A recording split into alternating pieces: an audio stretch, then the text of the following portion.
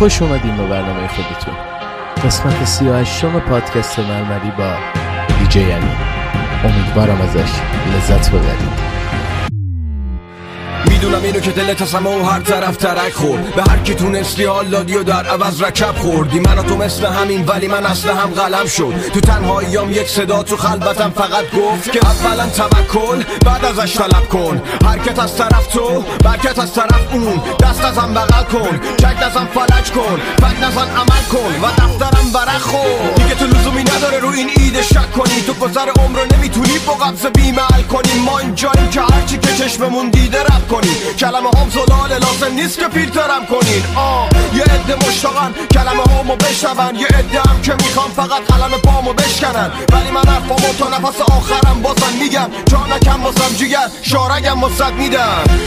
خلاصه اونا که بدخوامن و میخندیدن، بدخوامن و میخندیدن که چطوری زیرم میرن کلماتو روی بیتم چیدم. اینو به تو میگم میرم همه وجودم و واسه بالا بردن پرچم میهن میدم. من طالب آتش بستم، مشکلی باشه تا تش هستم. میخونم از ما میدونم حرفام میمونن فردا تا 8 نسلم. به همین شارم قسم که قدم به قدم باید هستم. اصلا یه وجب به عقب نمیرم، یه کلام حرف در بارش نزن. همه بیدار با اتکا به دیوار، اتحاد و ایثار با اقتدار و بیبار، با افتخار به این خان در امتداد این راه. یک صدا با ایمان، زنده باد ایران. بگو زنده باد ایران، دستا بالا بگو زنده باد ایران. همه با هم زنده باد ایران، یا زنده باد ایران. Hot, original, and still the best. Radio Javon. ما تو حصار هم، تو حصار من تو حصارتم.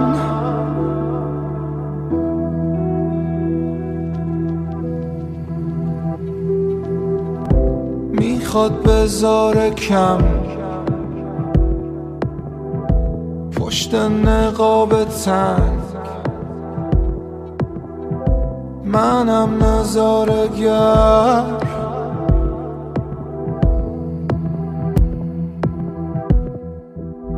عدالت مرد، صداقت مرد، شرافت مرد، قناعت مرد، درایت مرد، سخاوت مرد، نجابت مرد، رفاقت مرد، قضاوت برد، حسادت برد، حماقت برد، حکایت برد، وقاحت برد، جنایت برد.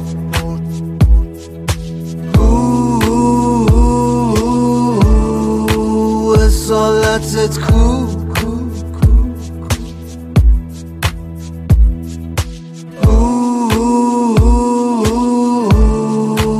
اصالتت کو. اصالت منو خاطره گرفت که به ارق به اعتقاداتم خاتمه بده.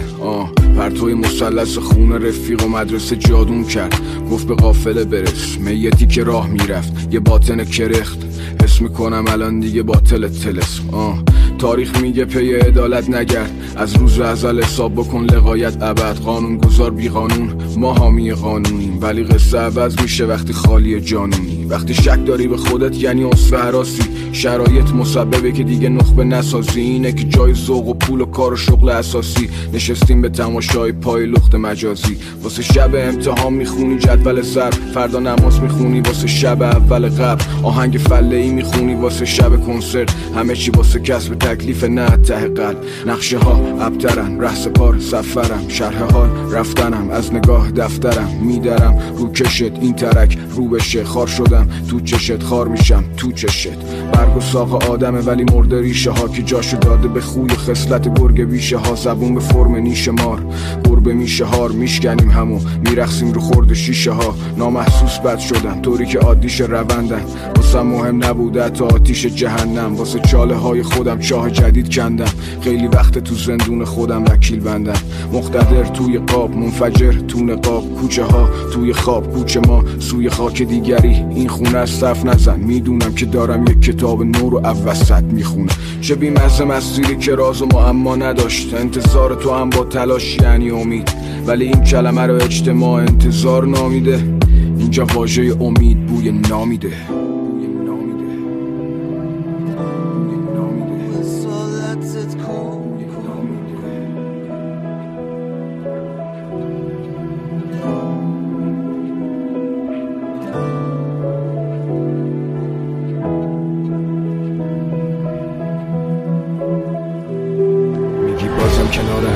واژه بچین راجع به چی باشه بشین. چشاتو باز کن یه لحظه مال من باش، یه لحظه بیا توی حس و حال من باش.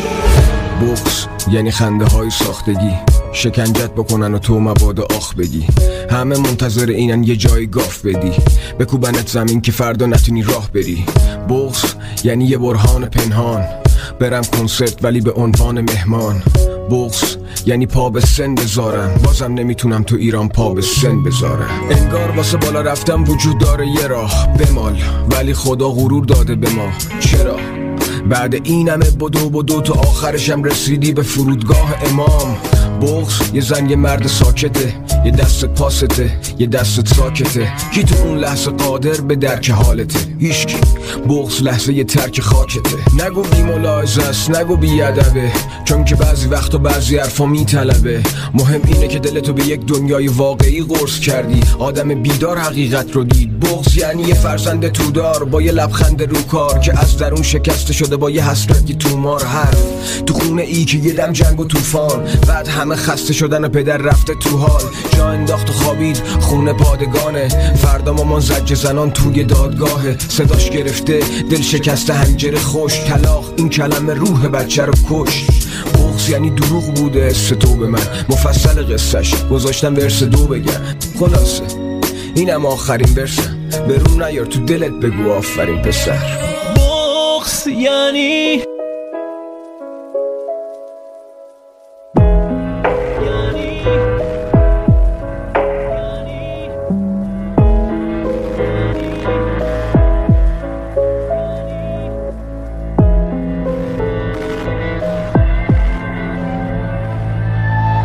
متاسفانه اینو یاد گرفتم نخندم، حتی بعد اینکه فاز گرفتم با یه جوک. تا بلند خندیدم سری محکم دستم و گاز گرفتم. فهمیدم که خوب بودن من باستاب نداره، وجدان تا آخر این داستان سرابه. فهمیدم کبابی آثار ثوابه، به محتاج فقط بگم که بازار خرابه. فهمیدم گناه میتونه یکی دو روز عادی شه، حتی معنوی ترینا تو یک لحظه مادی شه. یاد گرفتم که تخریب کنم، تا یه معروف دیدم بگم ولش کن شاخ میشه. یاد گرفتم که از همه دورم آتو جمع کنم، تبدیل به اسلحه کنم.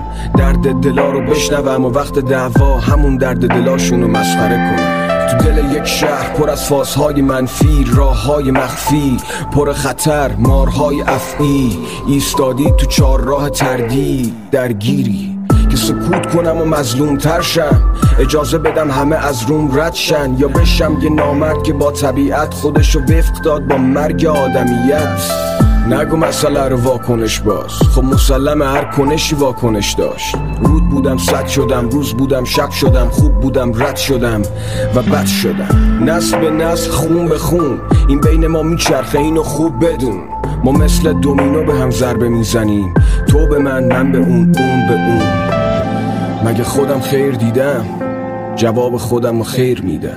اون که داشت میدید که دارم از بین میرم، پیک میزد بعد مزه میل میکرد. هی ایزد خودت شاهدمی، حس میکنم دارم میرم تو یک چاه عمیق. قبول کن دفاع تو این مورد وارده، منم بد نبودم ولی خودت یادت اون روزی رو که وایستاده بودم تو صف کپون. دیدم یارو پشت بنز خف کپل نشسته بود، یه قول بیریخ که از سر تا پاش فقط داشت پول میریخت. تو اون لحظه حس کردم که روز مردنمه، دیدم اون که کنارشه دوست دخترمه.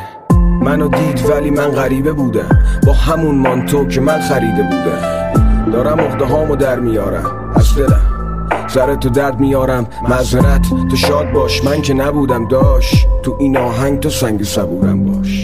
البته اینم که حرف جالبه که ما تموم حرفامون حق به جانبه. ما از خوبیامون دم زدیم وگرنه منم به خیلی ها کم بدی نکردم. پول، دختر، موقعیتم، خدایی بد نبوده عمق نیتم، ولی بزا بعد و بیره ها رو حوالم کنن، بلکه خالی شن و منو حلالم کنن. منم یاد گرفتم اینا رو از اجتماعمون و توجیه نداره کارم اشتباه بود. اگه درد دارم بوده حقم، لقم یه حساب کتابی بوده که مونده عقب. بگذاریم اینم با یه دیده روتین، بشنو بگو بس که دیکته خوندی. تو هم اگه زندگی ما رو دیده بودی، تو 100 تا ترک سر تا پای ما رو مینمودی. ولی واسه من رپ یعنی داستان، از اون که زخم خورد ولی باز واسطان. آره رپ یعنی آرمان، از زیر زمین پرواز به آسمان.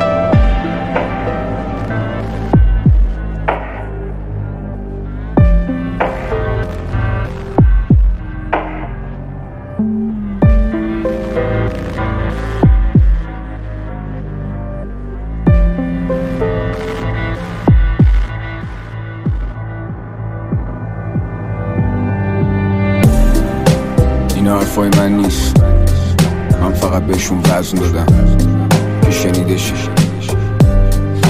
برگرفته از یه نامه، از یه غرور، یه غروب. نامه ای به فرزند. به نام خدا عزیزم سلام، یه کمی بیحال و مریضم الان. خیلی واسط نوشتم دریغ از جواب، حس میکنم که این روزا غریبم برات. اینجا هرکی توی حسش غرقه، این دیوارا انگاری طلسمش کرده. خونه سالمندان، خودت فکر کن این کلمه حتی خود اسمش تلخه. میگن زندگی یعنی نفس کشیدن، باید تا آخر عمر تو این قفس بشینم. این یعنی رسیدن به آخرای عمرم، روزی که من آوردی اینجا مردم. بعضی وقتا اینجا قدم میزنم، آلبوم جوونیامو ورق میزنم. تنها یادگاری که میتونم بگیرم تو دستام، قطره‌های اشکا چکیدن رو عکسا. اینم بگم اینجا هوامونو دارن، سر وقتش غذا و دوامونو دادن. ولی این منو سرخوش میکرد که فرزند خودم منو ترخوش میکرد. یه جورایی این یه تعهده، وگرنه احتیاجی ندارم به ترحمت. گفتم میخوای برم، تو انکار نکردی، حتی واسه موندن من اصرار نکردی. ممنونم واسه ی موافقتت، ممنونم به خاطر مراقبتت. نمیشم اسباب مزاحمتت، کسی سراغمو گرفت بگو مسافرت. قبلنا میگفتی تو قصتی قهرمانم، الان که پیر شدم برج زهرمارم. آدم ول میکنه قهرمان قصه شو، نه تو خودت نرو فس نشو. فقط اینو بدون دلم ازت پر بود حسابی. میخوای اسم خودتو الگو بذاری، یه درخت پیر رو از تو باغ کندی، حالا چی؟ میخوای اونو توی گلدون بکاری؟ یکم چشماتو واکن، به این تنها نگاه کن، به منی که چشم تو با عشق هیچ وقت در نمی‌کرد. نگاه تو فهمیدم، از اینجا دارم میرم دیگه، بازم به اون خونه